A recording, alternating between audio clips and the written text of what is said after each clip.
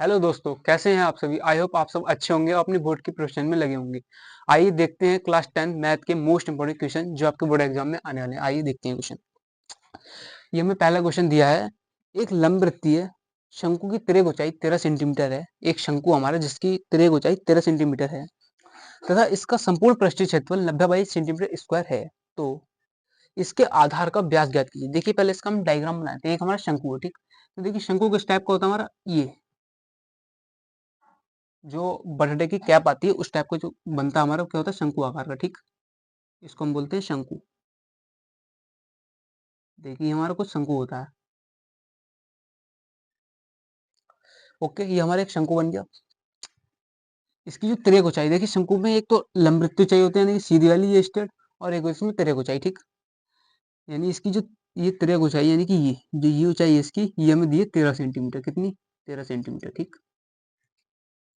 देखिए इस क्वेश्चन में क्या क्या दिया गया है। एक लंबवृत्तीय शंकु जिसकी तिर्यक ऊंचाई 13 सेंटीमीटर है और इसका जो संपूर्ण पृष्ठीय क्षेत्रफल है वो 90 पाई दिया है, ठीक। हमें इसमें ज्ञात क्या करना है, इसके आधार का व्यास ज्ञात कीजिए। देखिए इसका आधार कितना है, ये आधार क्या होगा, ये इसका, ठीक। ये इसका व्यास यानी कि हमें इसका मान ज्ञात करना है, ठीक। ये यहाँ से यहाँ तक पूरी, इसको मैं नाम दे दूं ए या बी, ठीक। तो मुझे इसमें ये फाइंड करना है आधार का व्यास यानी कि ये, ठीक। देखिए यहाँ से यहाँ तक तो इसकी क्या होगी, त्रिज्या। ओके, ठीक।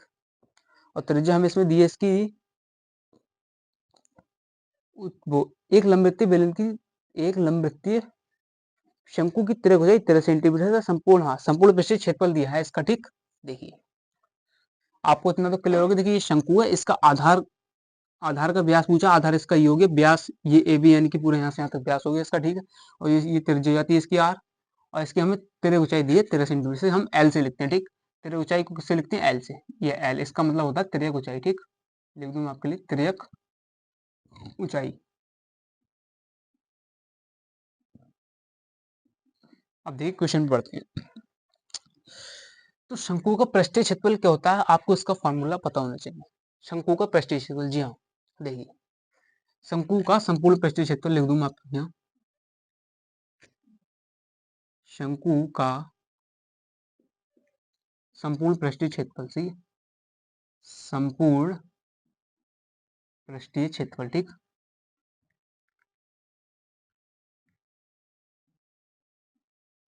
क्षेत्रफल, देखिए शंकु का संपूर्ण पृष्ठीय क्षेत्रफल क्या होता है। संपूर्ण पृष्ठ में जो वक्र पृष्ठ, मतलब वक्र पृष्ठ और जो बचा वो भी आता है, ठीक। देखिए वैसे आपको बता दूं मैं, एक होता है हमारा संपूर्ण पृष्ठीय क्षेत्रफल और एक होता है वक्र पृष्ठ।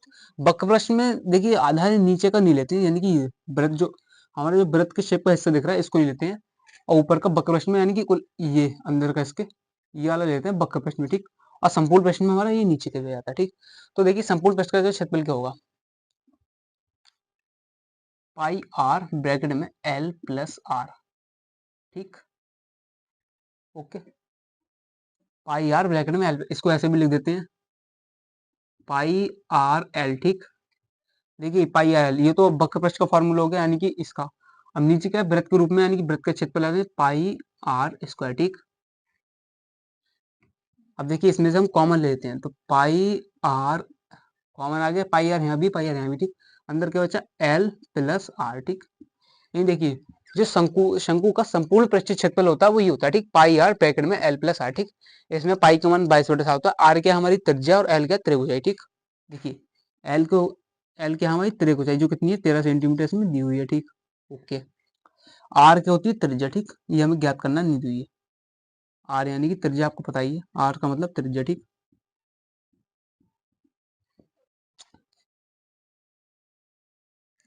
देखिए हम इसे सॉल्व करते हैं। अच्छा शंकु का संपूर्ण पृष्ठीय क्षेत्रफल हमें इसमें दिया गया है, ठीक।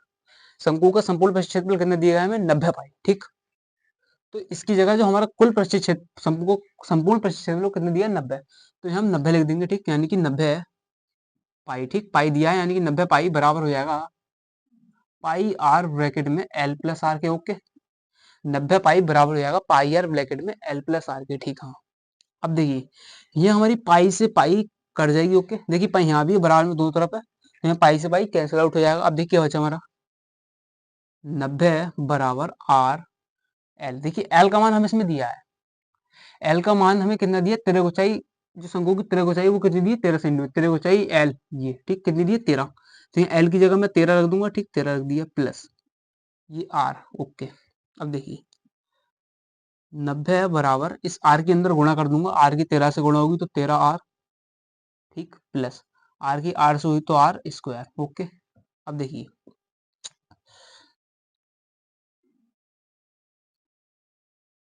ये कितना, देखिए इसको मैं पहले इस वाले पद को मैं यहाँ लिख रहा हूँ, ठीक, यानी इस वाले पद को पहले लिखता हूँ, तो क्या है आर का, ये आर स्क्वायर है मेरा, ठीक, प्लस ये क्या है 13 आर, 13 आर, ओके। और ये क्या है 90। अब देखिए 90 प्लस का इधर आएगा, ये माइनस हो जाएगा, तो -90 है बराबर 0, ठीक। आर का स्क्वायर प्लस 13 आर -90 बराबर 0। अब ये मेरी एक द्विघात समीकरण बन गई, इसको सॉल्व करना, देखिए हम इसको सॉल्व कर लेते हैं, ठीक, कैसे, इस प्रकार से आर का स्क्वायर प्लस 13 आर -90, आर का स्क्वायर प्लस 13 आर -90, ठीक, बराबर 0। देखिए द्विघात समीकरण बन गई, यानी कि आर क्या है इसमें, हमारी त्रिज्या, ठीक। अब देखिए हमें इसमें ज्ञात क्या करना है, बेसिकली आपको पता होना चाहिए, इसमें व्यास यानी कि डी, व्यास जो होता है व्यास, ठीक, वो ज्ञात करना है, व्यास यानी कि डी, इसका मान। अब देखिए आपको पता है जो डी यानी कि जो व्यास होता है वो त्रिज्या का दोगुना होता है, देखिए व्यास यहाँ से यहाँ तक ये त्रिज्या, ये त्रिज्या, यानी कि अगर हम आर का मान निकाल लें और उसकी 2 से गुणा कर दे तो व्यास आएगा, क्योंकि व्यास जो होता है वो त्रिज्या का दोगुना होता है, ठीक। अगर इसमें हम आर का मान फाइंड कर लें और वही हम कर रहे हैं, आर का मान हम निकल आएगा यानी कि त्रिज्या, तो हमें व्यास पता चल जाएगा, ठीक। तो देखिए अब यहाँ से हम आर का मान निकाल सकते हैं, यहाँ एक द्विघात समीकरण बनी। देखिए इसको हम कैसे सॉल्व करेंगे, 90 को इस प्रकार से तोड़ेंगे, सॉरी 13 को इस प्रकार से तोड़ेंगे, ये घटाने पर तो 13 आ जाए और उनकी गुणा करें तो 90 आ जाए, ठीक। तो देखिए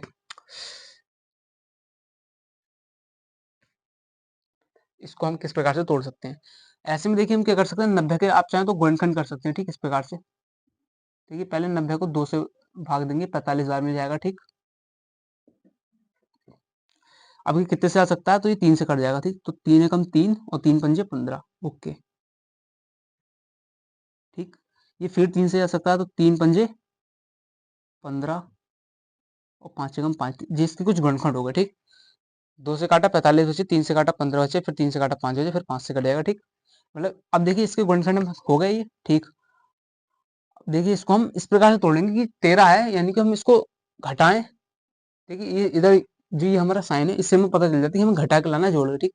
यानी कि 13 को इस प्रकार से तोड़ना है कि अगर उन्हें घटाएं तो 13 आ जाए और उनकी गुणा करें आपस में तो 90 आ जाए, ठीक। तो देखिए आप इसके गुणनखंड करेंगे हम 90 के, तो हमें इससे पता चल जाता है, 5 दूनी 10, 3 तिया 9, 9 दूनी 18, 18 माइनस 5, 8। देखिए हाँ, जो हम 90 है इसको लिख सकते हैं 90, देखिए 90 का गुणनखंड है, देखिए 3 तिया 9 और 9 दूनी 18, ठीक, 18 गुणा 5, ठीक है, 18 गुणा 5 90 होगा, 18 में से 5 घटाएंगे तो 13 आएगा, ठीक। देखिए कैसे, आर का स्क्वायर प्लस 13 को मैं लिख सकता हूँ, देखिए 13 को अगर मैं 18 में से 5 घटाता हूँ, मैं 18 में से 5 घटाऊंगा तो 13 आएगा, ठीक। यानी कि 13 को मैं स्टेप से लिख सकता हूँ। अब देखिए मैं 13 को ऐसे ही क्यों लिखा, तो आपको मैंने अभी बताया, क्योंकि 90 को हमें यानी कि 18 की 5 से गुणा करेंगे, 18 पंजे 90 होता है, ठीक। तो 18 पंजे 90 भी आ जाएगा, 18 में से 5 घटाएंगे 13 भी आएगा, यानी हमने इस प्रकार से इसको तोड़ा है, ठीक। इस प्रकार से ये आपकी द्विघात समीकरण होती है, आपने आपका चैप्टर नंबर है एक द्विघात समीकरण, चैप्टर नंबर 4, आपने उसमें पढ़ा भी होगा, सीखी भी होगी, यानी कि तो ये आर जो बाहर आ गया हमारा -90, ठीक, बराबर 0, ओके। देखिए 18 पंजे 90 होता है, 18 में से 5 घटाएंगे 13 भी आएगा। अब देखिए आगे सॉल्व करते हैं, तो आर स्क्वायर प्लस, अब इस आर की इस 18 में गुणा कर देंगे तो आर मतलब 18 आर हो जाएगा, माइनस फिर 5 आर हो जाएगा, ठीक। आर की इन दो ब्रैकेट के अंदर गुणा होगी, फिर -90 बराबर 0, ओके। अब देखिए आर का स्क्वायर प्लस, सॉरी देखिए अब हमें कॉमन लेना है इसमें, ठीक। देखिए यहाँ भी हमारा, यहाँ आर स्क्वायर है, यहाँ आर है, ठीक, यहाँ आर स्क्वायर है, यहाँ आर है, यानी कि इन दोनों में क्या कॉमन है, इन दोनों में आर कॉमन है अपने, ठीक। यहाँ आर स्क्वायर है तो यहाँ से एक आर कॉमन आ गया, यहाँ स्क्वायर था तो एक आर अंदर बच गया, प्लस यहाँ से आर कॉमन आया तो यहाँ के बचा हमारा 18, ओके, माइनस, देखिए माइनस यहाँ पे भी है, माइनस यहाँ पे भी, तो माइनस कॉमन आ गया। जो देखिए इसमें हम दो दो के जोड़े बनाते हैं, आप देखिए इन दोनों में कॉमन क्या है, ठीक। जैसे इसमें हमने देखा दोनों में आर कॉमन था, आर कॉमन ले लिया, इन दोनों में देखिए एक तो माइनस कॉमन है वो ले लिया। अब देखिए और क्या कॉमन है, 90 के हम गुणनखंड करें तो उसमें 5 आता है, यानी कि 5 कॉमन है, ठीक। यहाँ से हमारा -5 कॉमन आ जाएगा। अंदर देखिए यहाँ से 5 आ गया बाहर, यहाँ का बच्चा हमारा आर, तो यहाँ आर आ जाएगा। ठीक, क्योंकि माइनस हमने कॉमन ले लिया तो अंदर साइन जो आएगा वो किसका आएगा, प्लस का। ठीक, अब देखिए 90, 90 में से हमने 5 कॉमन ले लिया, यानी कि यहाँ हमारा 18 बचेगा। ठीक, 18 पंजे 90 बराबर 0। देखिए अगर आप ऐसे द्विघात समीकरण सॉल्व कर रहे हो तो हमारे जो अंदर जो ब्रैकेट के अंदर अगर सेम बनना है तो ठीक है। ठीक, यानी कि ब्रैकेट के अंदर जो संख्या आती है हमारी वो सेम आती है। देखिए यहाँ भी, देखिए यहाँ भी हमारा आर प्लस 18 है, यहाँ भी आर प्लस 18 है। ठीक, आपको इस पे गौर करना है।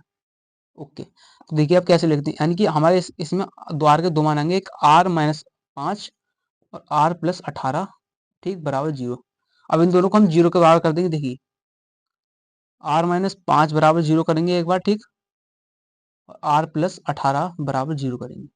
तो आर बराबर हमारा यहाँ से देख R R R sorry R minus 5 बराबर 0, माइनस का 5 जब इधर आएगा तो आर बराबर क्या आ जाएगा हमारा 5। ठीक, यानी एक आर का मान हमारा 5 आया और एक आर बराबर हमारा माइनस का 18 आ जाएगा। ओके, आर प्लस 18 जब 18 इधर जाएगा माइनस को, यानी आर बराबर 5 आया और एक आर बराबर माइनस 18। ओके, यानी आर के हमें हमारे यहाँ दो मान मिलते हैं। ठीक, तो देखिए अब देखिए त्रिज्या हमारी यहाँ माइनस में तो होगी नहीं। ठीक, यानी आर का मान हमें जो 5 है वो ठीक होगा। अब हमें देखिए इसमें ज्ञात क्या करना है, ब्याज ज्ञात करना है। ठीक, तो देखिए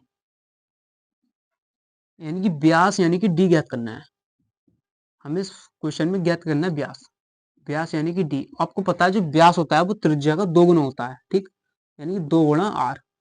ठीक, अब देखिए मुझे इसमें डी यानी कि ब्यास ज्ञात करना है और त्रिज्या मुझे पता है 5, तो डी मेरा यानी कि ब्यास कितना हो जाएगा 10 सेंटीमीटर। ठीक, देखिए आपको इस सवाल में ब्यास यानी कि जो यहाँ से ए बी हमारा एक बिंदु से यहाँ तक जो ब्यास होता है ये वृत्त के शेप में बनना है कुछ हमारा इसका आधार। ठीक, अब देखिए ये तो यहाँ से यहाँ तक क्या होगी त्रिज्या इसकी, और ये क्या हो गया ब्यास पूरा, जो कि त्रिज्या का 2 गुना होता है। और यहाँ से हमने आर का मान निकाला यानी कि त्रिज्या निकाली, उसके बाद हमने 5 दूनी 10 यानी कि डी बराबर 10 सेंटीमीटर आगे हमारा ब्यास। ठीक, और ये चूंकि हमारा ऋणात्मक मान है तो ये होगा नहीं। ठीक, इस टाइप का आप कुछ का इस आपका कुछ सवाल था, आप चाहें तो इसे नोट कर सकते हैं। हम बढ़ते हैं फिर अगले क्वेश्चन पे। ठीक, देखिए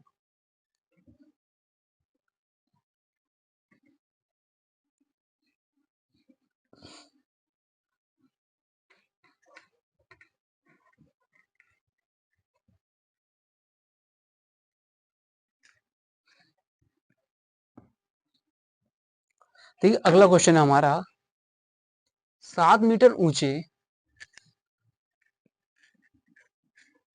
7 मीटर ऊंचे भवन के शिखर से 7 मीटर ऊंचे भवन के शिखर से एक केबल टावर के शिखर का उन्नयन कोण 60 डिग्री है तथा इसके पाद का अवनमन कोण 45 डिग्री है। केबल टावर की ऊंचाई ज्ञात कीजिए। देखिए 7 मीटर ऊंचे भवन के शिखर से, ठीक, एक केबल टावर के शिखर का उन्नयन कोण। देखिए एक 60 मीटर ऊंचा हमारा भवन है, इसकी जो ऊंचाई है वो कितनी है 7 मीटर, यानी 7 मीटर ऊंचा ये क्या हमारा एक भवन है। ठीक, यानी कि भवन 60 मीटर ऊंचे भवन के, देखिए शिखर और तल, जो इसका ऊपर का हिस्सा होता है इसको हम शिखर बोलते हैं। ये हमारा भवन है, इसके जो ऊपर का हिस्सा ये शिखर हो गया और ये नीचे का इसको बोलते हैं तल। ठीक, ये क्या हो गया तल और ऊपर क्या हो गया शिखर।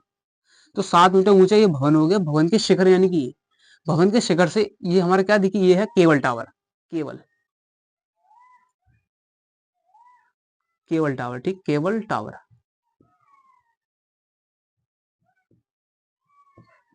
ये हमारा केबल टावर है और ये हमारा भवन है। तो 7 मीटर ऊंचे भवन के शिखर यानी कि भवन के शिखर से केबल टावर का शिखर, भवन का शिखर केबल टावर का शिखर। ठीक, तो भवन के शिखर से केबल टावर के शिखर का उन्नयन कोण, ठीक है, ये भवन हो गया और ये केबल टावर।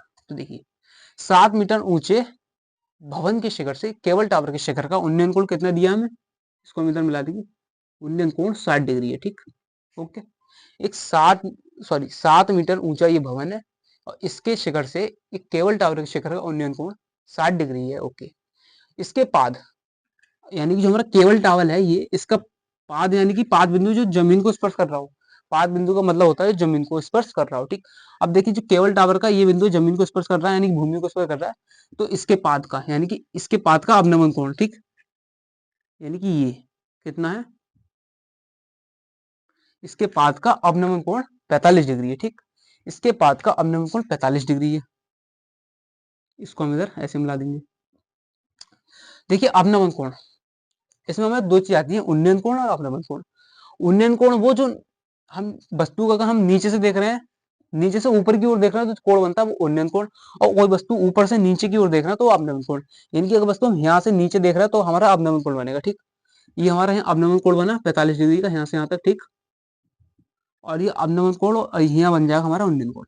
और देखिए उन्नयन कोण और अवनमन कोण दोनों बराबर होते हैं, ठीक है। अगर यहाँ 45 डिग्री है ये हमारा अवनमन कोण, तो ये भी हमारा उन्नयन कोण 45 डिग्री ही होगा, ठीक।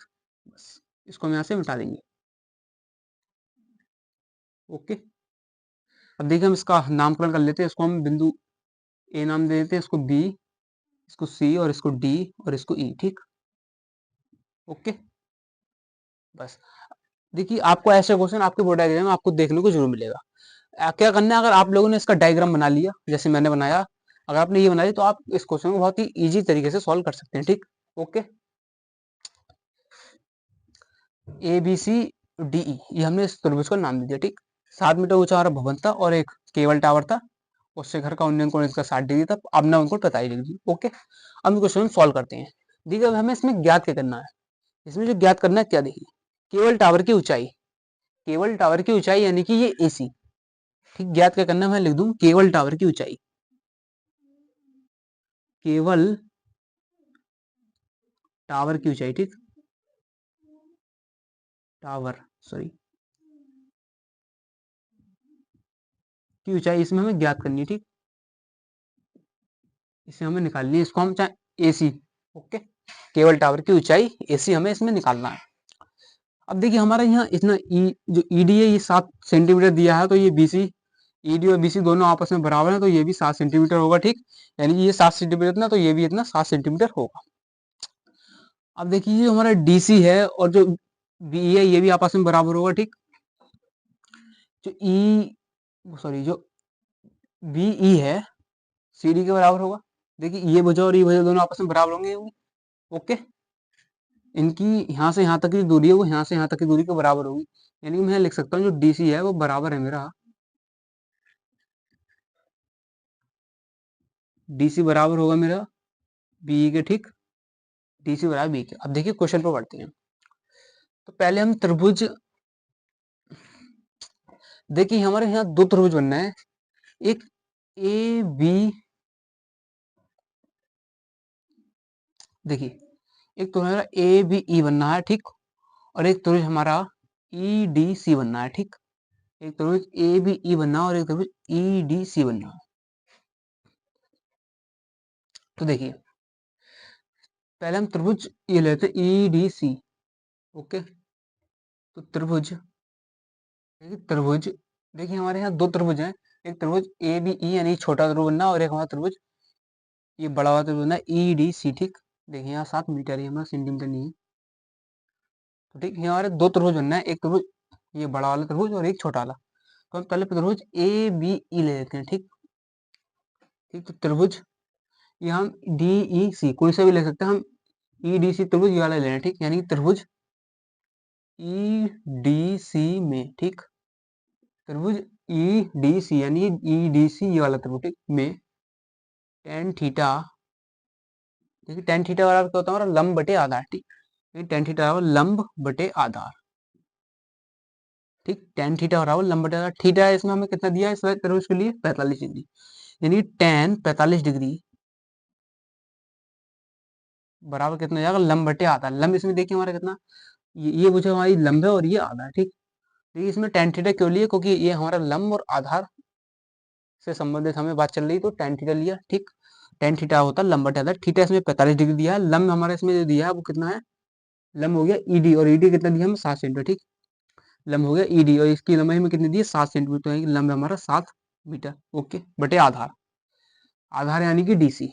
ओके, या आप ऐसे लिखो ईडी बटे में डीसी कितना दिया 45 डिग्री।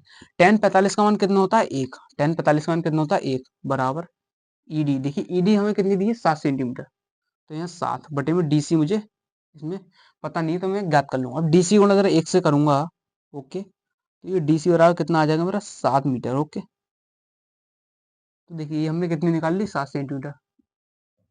अब देखिए मैंने आपको बताया जो डीसी ये भुजा है और ये भुजा दोनों आपस में बराबर होंगी, यानी कि ये ई से बी तक की दूरी और डी से सी तक की दूरी बराबर होगी, यानी कि डी सी 7 सेंटीमीटर है। देखिए डी सी बराबर है बी ई के, ठीक, और मैंने डी सी निकाली है 7 सेंटीमीटर। अब डी सी 7 है और बी डी के बराबर है, यानी कि ये भी 7 सेंटीमीटर होगी ना, सॉरी 7 मीटर होगी। ओके, यानी कि अगर ये 7 सेंटीमीटर, सॉरी ये 7 मीटर है तो ये भी 7 मीटर होगी। बस मेरा कहने का मतलब ये, ठीक। अब देखिए हम इसमें एक्चुअली में क्या जो करना है वो क्या करना है, केबल टावर की ऊंचाई, और ये केबल टावर हमारा यानी कि ए से सी तक की ऊंचाई हमें इसमें ज्ञात करनी है।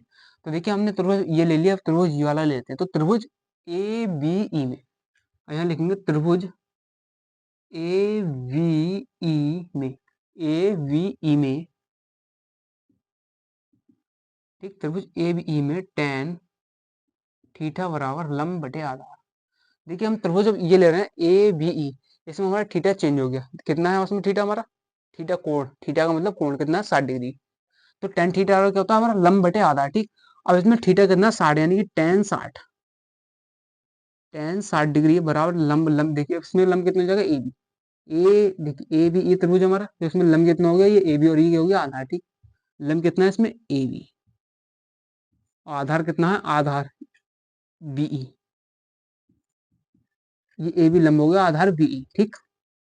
tan 60 का मान कितना होता है हमारा, tan 60 का जो मान होता है वो कितना होता है √3, ठीक। देखिए अगर आपको ऐसे सवाल करना है तो tan का तो मान आपको याद होना चाहिए। देखिए ज्यादातर आपको tan 30, 45 और 60 इसका ही मान पूछा जाएगा, ठीक। tan 30 का मान 1/√3 इसमें पूछा नहीं गया, लेकिन tan 30, 45, 60 आपको इस ऐसे सवालों के लिए tan का मान आपको 30, 45, 60 इसका तो याद होना ही चाहिए। वैसे तो आपको सभी याद होने चाहिए तो अच्छी बात है। tan 60 का मान √3 बराबर ए बी, ए बी हमें इसमें फाइंड करना है, ठीक। और जो बीई है हमने अभी निकाला, यानी कि डीसी निकाला, डीसी बराबर बी है, डीसी हमने निकाला 7, अब डीसी बराबर बी है, नहीं बी बराबर कितना होगा हमारा 60, सॉरी 7। अब 7 की इधर गुणा हो जाएगी, यानी कि अभी हमारा क्या हो जाएगा 7√3, ठीक। और ये बराबर किसका है हमारा ए बी के, यानी कि हम इसको ले सकते हैं ए बी बराबर 7√3, ठीक। ओके, ए बी बराबर हमारा कितना है 7√3, यानी कि ये कितना है हमारा 7√3, और ये बी से सी तक कितना है 7। अब देखिए हमें क्या ज्ञात करना है, केबल टावर की ऊंचाई, ठीक। केबल टावर की ऊंचाई यानी कि जो हमारी क्या है एसी है, ठीक। इसको हम एसी बोल सकते हैं, ए से लेकर सी तक की ऊंचाई, यह इसमें हमें ज्ञात करनी है। तो देखिए केबल टावर की ऊंचाई यानी कि एसी, ओके, ए से सी तक, देखिए हमारा केबल टावर है, इसके हम पूरी यहाँ से लेके यहाँ तक की ऊंचाई ज्ञात करनी है, ये पूरी एसी होगी। देखिए एसी यानी कि कैसे, इसको हम कैसे लिख सकते हैं, A B plus B C, ये ए बी और प्लस ये बी सी केबल टावर की संपूर्ण ऊंचाई होगी, ठीक। देखिए ए बी हमने अभी निकाला है 7√3, ए बी कितना निकाला 7√3, ठीक, प्लस बीसी हमारा कितना, देखिए बीसी, बीसी यानी कि बीसी, बीसी हमें कितना दिया है 7, ठीक। बीसी हमारे पास कितना है 7, तो यहाँ के ले देंगे हम 7। ओके, तो देखिए ये हमारा कितना हो जाएगा यहाँ से, देखिए हमें निकालना है, हम एसी निकालना है। ओके, एसी क्या है, केबल टावर की ऊंचाई जो हमें इसमें फाइंड करनी है, पूछा गया है प्रश्न में हमारे। एसी में पता कैसे है, अगर हम ए बी और प्लस बी सी, एसी को हम ले सकते हैं A B plus B C, यानी कि ए बी इस ए बी भुजा को जोड़े, इस ए बी और प्लस बी सी भुजा इन दोनों को जोड़े तो ए सी के बराबर होगी, ठीक। तो ए सी बराबर A B plus B C, ठीक। ए बी हमें ए बी हमने अभी कितना निकाला 7√3, ठीक है, प्लस बी सी हमने कितना निकाला 7, बी सी हमारे पास कितना दिया है 7, ए बी दिया है 7√3। देखिए अब 7 यहाँ पर भी है, 7 यहाँ पर भी, देखिए 7 यहाँ पर भी, यहाँ पे तो दोनों में से कॉमन आएगा, यानी 7 हमारा कॉमन आ गया, ठीक। 7 यहाँ पर भी है, 7 यहाँ पे, तो 7 दोनों में से कॉमन आ गया। देखिए अंदर क्या है ये √3, तो ये √3 आ गया। और अब देखिए यहाँ कुछ नहीं है तो यहाँ क्या है 1, ठीक। जहाँ कुछ ना है भाई क्या है 1, जहाँ कुछ नहीं है यहाँ 1 है। देखिए 7 दोनों तब था, 7 हमने कॉमन ले लिया, यानी 7√3। ये क्या हमारी एसी यानी कि केबल टावर की ऊंचाई, ठीक। देखिए ये क्या है हमारे, ये लिख दूंगा आपके लिए, इसमें जो क्वेश्चन में फाइंड करना था, एसी बराबर यानी केबल टावर की ऊंचाई कितनी थी हमें 7 ब्रैकेट में √3 + 1, ठीक। ये हमारा आंसर है इस क्वेश्चन का। अपने